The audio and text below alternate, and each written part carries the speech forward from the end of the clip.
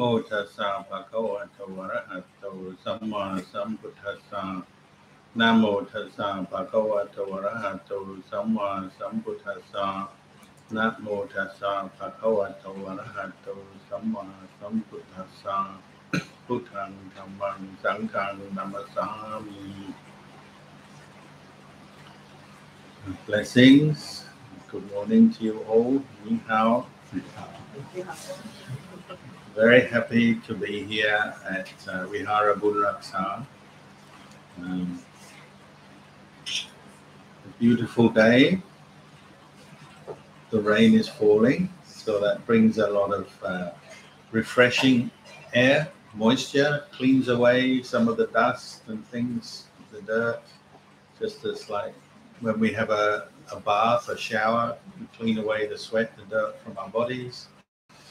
The rain falls, it cleans away the dust and the dirt from the ground. And we're in the forest. And that's your merit. This center, Vihara Bunraksa. Bunraksa means we look after the merit, or the merit looks after us. And just like this rain cleanses the dirt, the dust from the ground, or when we have a shower, we cleanse our body. Merit cleanses our mind from lack of merit, demerit. Merit really means goodness or happiness that is generated through our actions.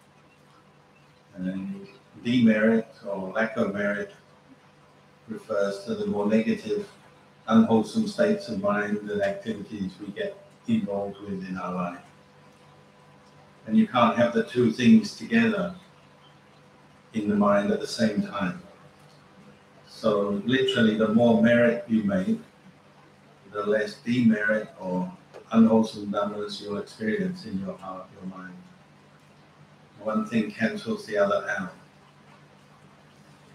So it's your merit that you're here with the Venerable Sangha of Vihara Bunraksa, who they're making merit, looking after the Vihara and teaching you, guiding you.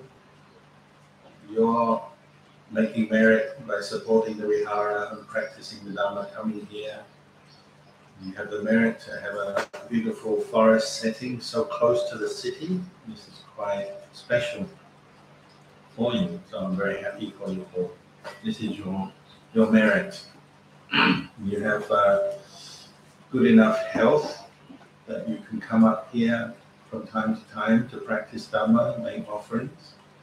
That's also your merit. And most important of all, you have faith in the Buddha, Dhamma, Sangha. You've just taken refuge in Buddha, Dhamma, Sangha. You've undertaken to keep 5 precepts. All of this is your merit, and it's not a one-off thing, it's ongoing. I think you'll appreciate if you practice the Dhamma regularly, you're generating merit, generating happiness, generating good things regularly. And this all comes back to you. That's something to rejoice in. Even rejoicing in the merit that other people make is merit. You might say merit just keeps on multiplying, better than any kind of worldly investment in land, property, stocks and shares, which is very uncertain. When you make merit, you're generating happiness, and you can dedicate that merit, share that merit, you can rejoice in other people's merit, on and on it goes. And the Sangha, Buddha compared with a field. We're called a field of merit. Not because we're special in any way, but just when human beings, men or women, take on precepts, the Vinaya that the Buddha taught, the generosity you practice, the support you give to them and coming into contact with them is a field of merit, meaning just like a field with good quality earth and rain and sun. You plant seeds there, those seeds can grow because the conditions are right. So So coming to meet the Sangha here or any other places that you go, that's again a cause for merit to arise. It's the Sangha of field of merit. The seeds that you put down, meaning the effort you make, all the good things you do with the Sangha, in association with the Sangha, will bear fruit. It won't be pointless, it won't be fruitless or meaningless. So all of this is your merit. And that's something to reflect on every day. The good effects of making merit, how it helps you to cleanse your mind from negativity, stress, suffering, how it helps other people as well. So making merit, particularly with Sangha, is helping many, many other people, not just yourself. And so reflect on this, bring this up regularly, because it helps to uplift your mind. We all know how life can be a burden, oppress us, it bears down on us. Going out to earn money, earn a living, raising children, doing all the things that we do as human beings. It can be quite challenging, oppressive. There's always obstacles, difficulties we encounter. But when you reflect on the merit that you have made, that you are making, and even planning to make, this uplifts the mind. So the nature of the world and its problems is to press down on us. Just having a body, you get ill, you have aches and pains, you feel tired. But the way of merit is it uplifts your mind. So it's like you're coming up from the oppression of the world. And we need to do that. Otherwise, it's very easy for us to get lost in our thoughts, become sad, depressed, caught up in all the pressures and problems of life. So the Buddha said, make merit regularly. Be afraid to make merit. Don't doubt about it. It's good. It's something worthwhile. So whatever else happens today in your life today, you know you've done something good. This morning you've come to make offerings, listen to Dhamma, be in a peaceful place, meet with Sangha, hear the Dhamma. Oh, this is all very good thing, good input. So at least today has not been a waste for you. Sometimes, we feel like, oh, my day was a hopeless day, and we're fed up. Maybe by the end of the day, we have encountered all kinds of difficulties and problems. But any day where you've made some merit in one way or another, that becomes a good day, a worthwhile day, something to cherish, something to value. But there's one other factor that the Buddha introduced for us to reflect on, and that is that all the merit we make is good, generates happiness, but it's impermanent. There's always a catch. You have to cultivate right wisdom, anya barami. You may have heard of anya means wisdom, insight into the Dhamma, and developing wisdom and understanding of the impermanent or transient nature, even of the merit we make, will actually help deepen the results, the fruits of that merit. You make your mind more steady, and it actually will help preserve the merit. So Ajahn Kalyano used to talk about this. He says, everybody likes to make merit. You like to go to the temple, make offerings, have some event. We enjoy it, and that's good, and that's a very necessary part of life. But then how are you going to look after your merit? Because maybe afterwards you go home, you forget about the temple, you forget about all the good things you did, you get caught back up in your life, family, money, work, problems, the world. It's very easy to lose your merit again or lose your way. So he said the biggest challenge in practice is preserving your merit, and you need to develop some wisdom and understanding to do that. So he compared that to meat and salt. Like in the old days in northeast Thailand, they didn't have refrigerators and all the preservatives they have these days. When the villagers had meat, the only way they could keep it going for a long time, save it, preserve it, was to use salt. They put salt in their meat, pork, beef, fish. When you add salt, that will help stop the meat from rotting in the hot weather, and it will last longer so you can eat it again and again until it's gone. So that's like the wisdom, the understanding that you need to develop at the same time as the merit you make. The inside of the wisdom is the salt. The merit is the meat. And you know, some people, they forget the salt, so their meat ends up going rotten, and that's the danger. We don't want to lose our merit or get lost in our merit. Your merit going rotten, what does that mean? What it means, you sometimes get drunk on merit. You literally get intoxicated by all this merit you're making. You become very happy, excited, and then you forget yourself, or you forget some of the deeper realities. So you need the salt, the insight, to preserve the meat, or to preserve the merit. So that even means when you make merit, you make an offering, you do some bhavana meditation, you take precepts, you keep the precepts. When you do that, you feel very positive, very happy, and but remember that it's that's the beginning of insight. Insight is like anicca samya. Anicca means impermanence. Samya means remembering impermanence.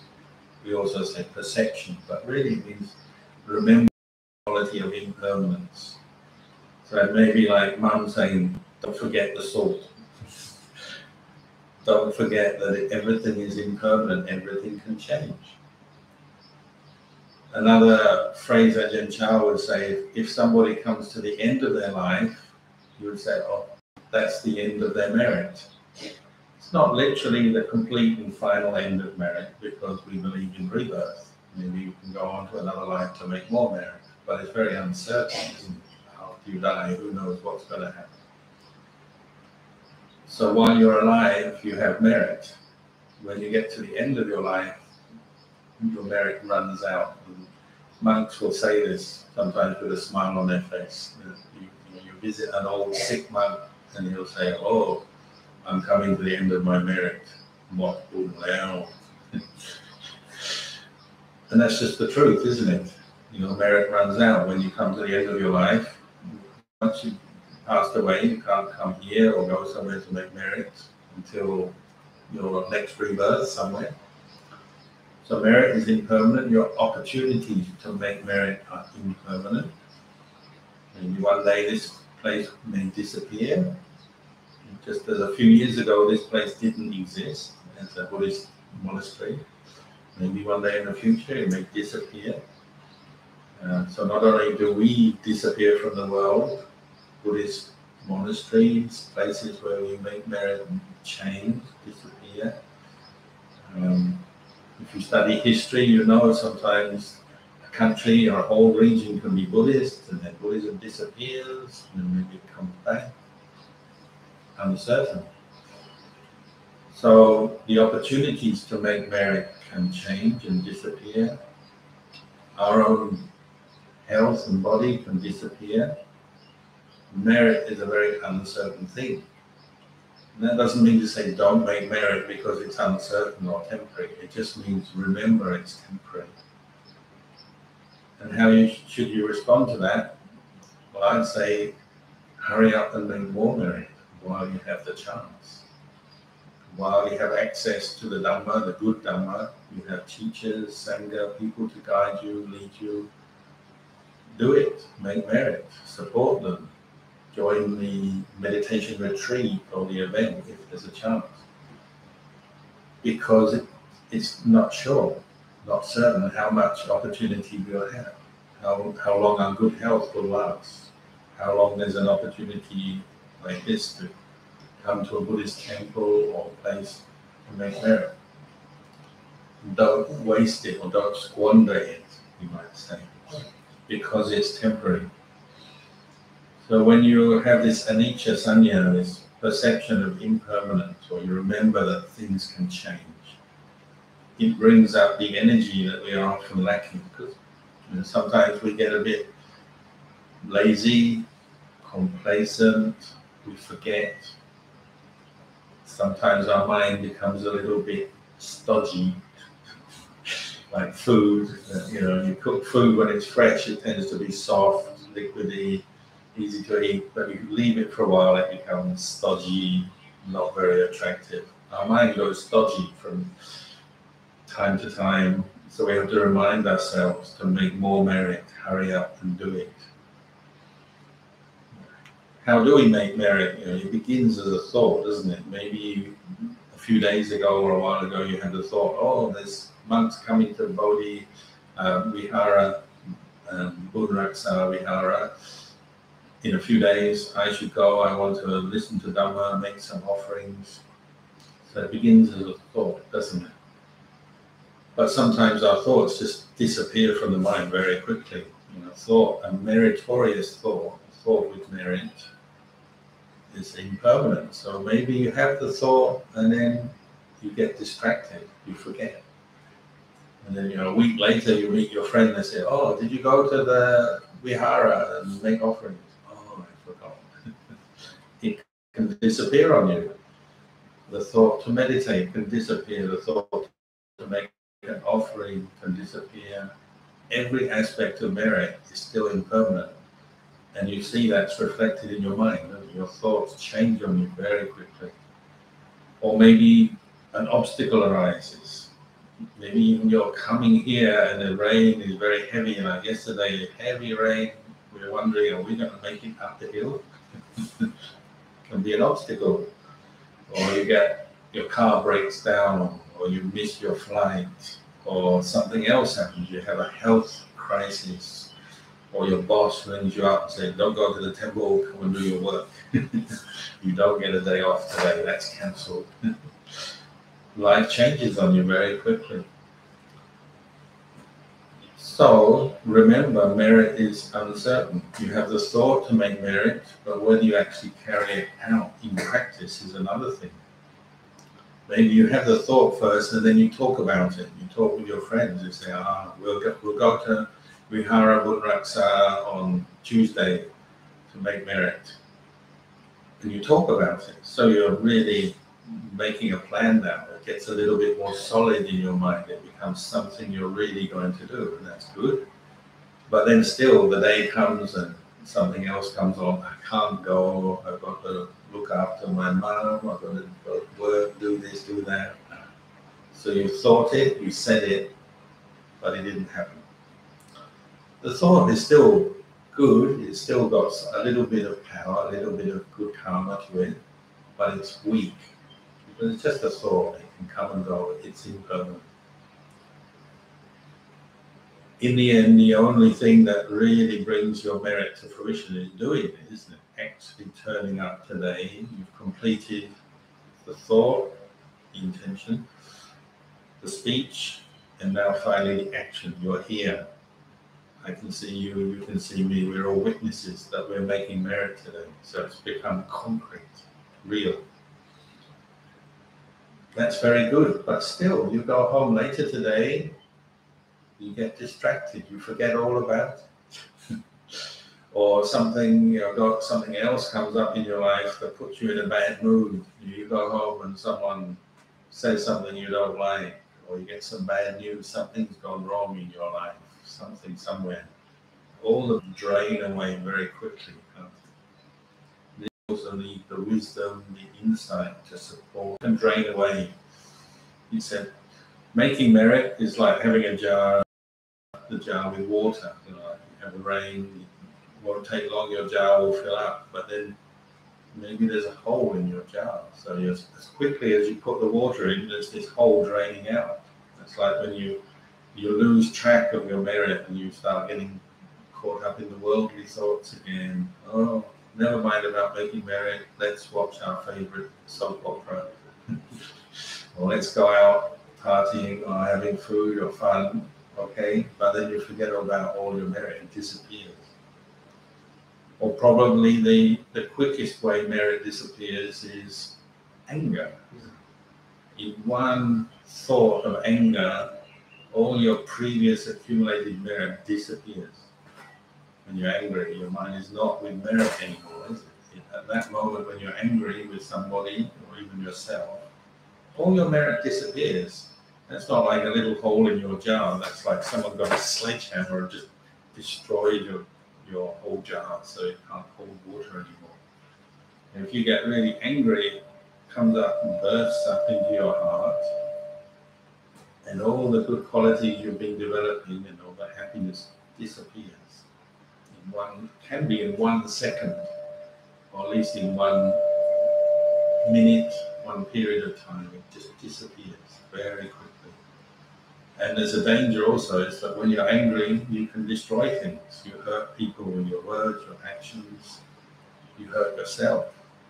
Maybe you turn your back on the Buddha, or the Dhamma, the Sangha. Maybe you turn your back on making merit because you're angry. You walk away. I don't want that. It happens, doesn't it?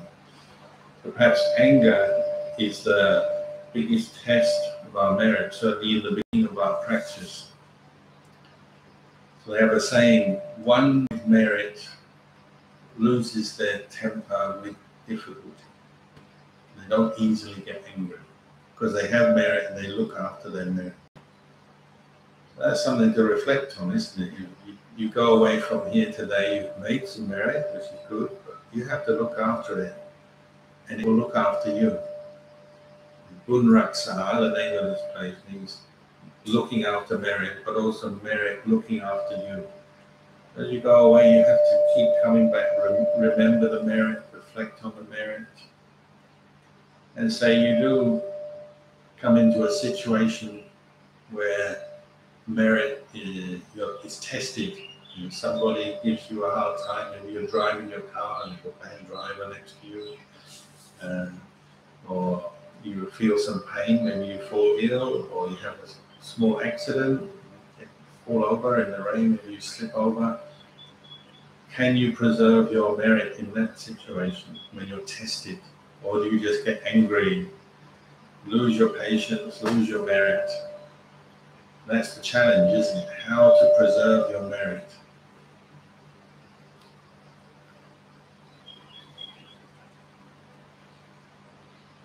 So Ajahn Chah emphasized this all the time.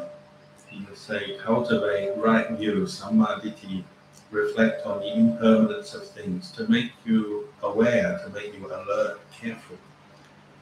And the Buddha's word is heedful, appamada. And what was the very last teaching the Buddha gave before he passed away? Practice with heedfulness. Be careful, be mindful, be careful, because everything is impermanent. Even merit is impermanent. Merit is good, but it's not yet what we call nibbana. It's not yet the end of suffering. It's like the roadway to nibbana, the pathway. You have to look after your pathway, to keep it clean. You have to keep it maintained so that you'll be able to reach nibbana in the end. So you have to remember that it's impermanent so that you keep making more merit, keep practicing, keep doing good. Otherwise our mind gets distracted, strays from the path. Or it's like Buddha statues in the old days. Like nowadays Buddha statues, they make them very well and they have nice finishes on them. You just wipe them and they stay clean and you can look after them very well. But in the old days, Buddha statues were made in bronze. And you stick them in a hall like this, and it's raining, and the weather is around. Gradually they go black and go dark. So when I was a young monk, I'd spend a lot of my time with the other young monks shining the Buddha statue, because it would gradually go dark through the year, and maybe before Buddha's birthday, we have to get the brass over the polish out, spend the whole day polishing the Buddha, make it look good. Same with our mind. you make merit once today. That's like you polish your mind a little bit, gets brighter, looks good, feels good. But then the weather comes, the rain comes, the weather comes, the air has an effect, just like on your mind. The world comes to your mind, and you meet people, and some of them are good people, some of them not so good. Some people have right views, some people have wrong views. Different things happen. So your mind starts to get darkened again with the events of your day, your world. Just like the Buddha statue starts to darken over time. So you have to go back and polish it again. So making merit is like you keep polishing your mind until one day maybe it's completely clear, clean, bright, and maybe that it just stays. You call that the fruits of the path, nibbana. You don't have to do that polishing again. So if you don't like polishing Buddha or polishing your mind, then just keep practicing. You'll reach a point where it just stays clean all the time. That's what we call nibbana, arahant. But for now, we're not there yet, are we? Our mind gets darkened a little bit. We make merit, we go home, we talk about all those things which have nothing to do with Buddhism. And our mind gets confused again, caught up in all of the emotions, unhappy maybe, lost, maybe doubtful. Come to Penang this time, there's a few people ask me, oh, my family, most of them are Christian. They're always telling me to come to church. They say Buddhism, old-fashioned, can't help you. Let's go to church, this will really help you. Maybe it brings the doubt up in your mind. It's one of the roles of the monk, is to remind you, oh, Buddhism still has something to offer. It's not that Christianity is bad at all, but Buddhism has a lot to offer us. Don't doubt, because when we get caught into doubt, we stray off, don't we? We think, oh, maybe they've got a point, maybe I'll go and try that. Or sometimes our mind, when it doubts, it will try this, try that. And like when you go to the food table here, there's so many things you say, well, I'll try a little bit of this, a little bit of that, a little bit of this. Confused by all the different kinds of food on the table. Sometimes our mind is like that with the practice, isn't it? You know, I'll try this and this, and or maybe go to the Chinese temple, do some chanting, back to the Theravada, around in circles we go. And what happens when you go around in circles? You get dizzy. Sometimes we get dizzy with all the different things we can do, especially online now. Online, oh, I'll try a little bit of this, a little bit of that. At the end of the day, very confused, not sure where you're going. Again, your merit may disappear because of doubt, uncertainty. That's why it's so valuable having a place like this. You come back to Vihara Raksa, you hear the Dhamma, you see people practicing Dhamma, you get confidence. You see, this is something good, this is something I can do. You get motivation, you feel inspired. So the Buddha said, stay with Sangha, they're a field of merit. Your merit will keep growing, will keep multiplying, getting better.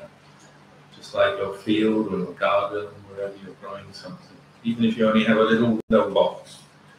Many people, they live in an apartment, they don't have a field. Maybe they have a little window box with earth. So it doesn't matter how big, how small, but you need to be looking after your seeds. And that means coming back to the monastery, listening to the Dhamma, reflecting on it, and your mind will grow, will improve. And the other quality of merit is it has this buoyancy to it. It lifts you up because life can press us down. How often do we feel like we've got the burden of our family, our job, the world on our shoulders? Merit gives you this bringing you up feeling. It's like being in the ocean and you're drowning, floundering there, and you have suddenly someone throws you a life raft or a life belt, something that's buoyant, helps you to float. Merit helps you float. Like the Buddha compared samsara, this round of birth and death life that we go through, it's like an ocean. It's an ocean of samsara. So you'll need your life buoy, your life jacket. When you get on a plane and they explain to you about the life jacket, nobody listens to it. You don't know where the life jacket is. They say it's under your seat, but you don't really know. Nobody checks, nobody gets it out. You just say, oh, I've heard this one before, I don't need to look at this. Actually, merit is your life jacket, so don't ignore it. You need to get your life jacket going, know where it is, know how to develop it, make it happen. So you need to keep practicing. You need to keep coming back to the Dhamma, understand these things. So that's the purpose of this place. It's a place where you can look after your merit and the merit will look after you. And it's a place where Sangha live, and the Sangha can guide you and help you. And another thing is when we make merit with the Sangha, it will come back to us over and over again. Not even just one lifetime, many lifetimes. Better than any investment you can do down in the city. That will give you an investment. They say, oh, what will my percentage be? What will be my returns? They say, well, the next 10 years or 20 years, you're going to get so many percentage. Okay, that's good. Get a bit of extra money. But the merit you make with the Sangha comes back next life. Who can advertise that? No one can advertise that. It's better than any kind of worldly investment. It will come back to you.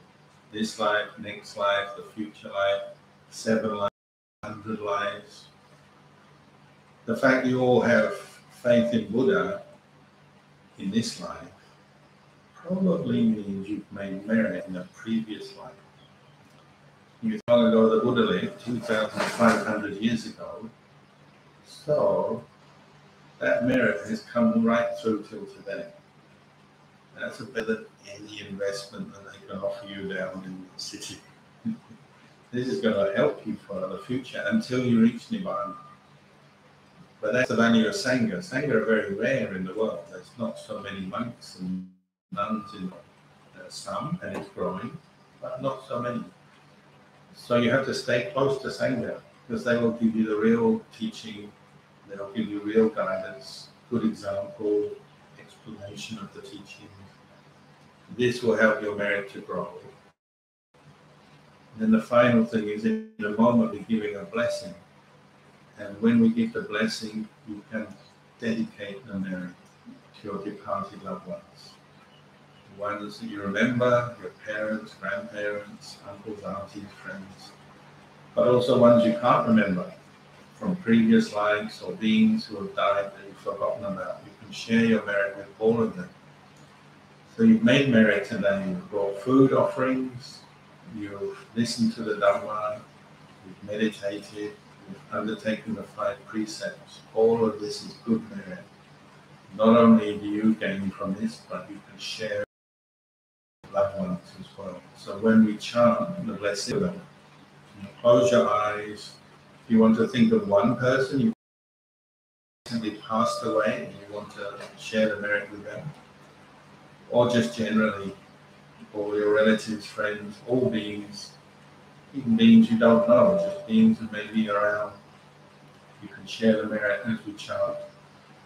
And so your merit will multiply or grow.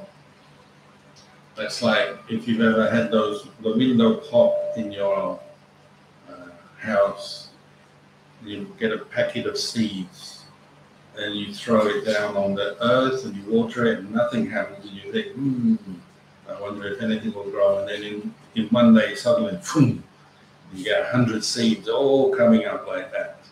If you share merit, when you make merit, this is like 100 seeds all popping up at the same time, becoming little plants, growing.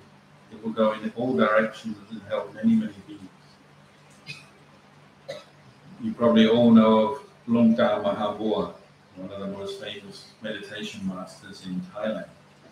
He passed away now, but when he was alive, one thing he said once was, everyone comes to the temple to make merit, and that's good. Of course, some people forget, but when they come, that's good.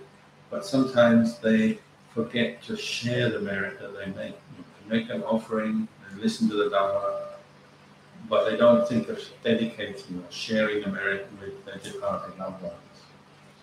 So it said every day people come to the temple, some beings in other realms come too. You can't see them, so that's why you forget about it or don't think about it. But when they come, they're waiting for merit. So if you share merit with them, that will help them to be reborn in a better place. Maybe they're suffering, depressed, sad, unhappy. You can help them. But he said so many people forget to dedicate the merit. So these beings are kind of, where's my merit? You can help me, but nobody's doing it. So they go home, wherever these ghosts live. They go back to their life and they forgot me again. Very sad. So don't forget to share merit with your relatives, friends, and all beings in all realms. You can do that in a minute. So I'll end the talk here today. I'll say thank you for the hospitality from the Sangha. Short visit, but a very happy visit, very happy to be here. And I hope to see you all again one day. But I also hope that you share the merits with each other and your families and departed relatives as well. So may you all be well, may you all grow in the Dhamma, may you all be free from obstacles, may you be healthy, happy, and may you all attain Nibbana. Sadhu, sadhu, sadhu.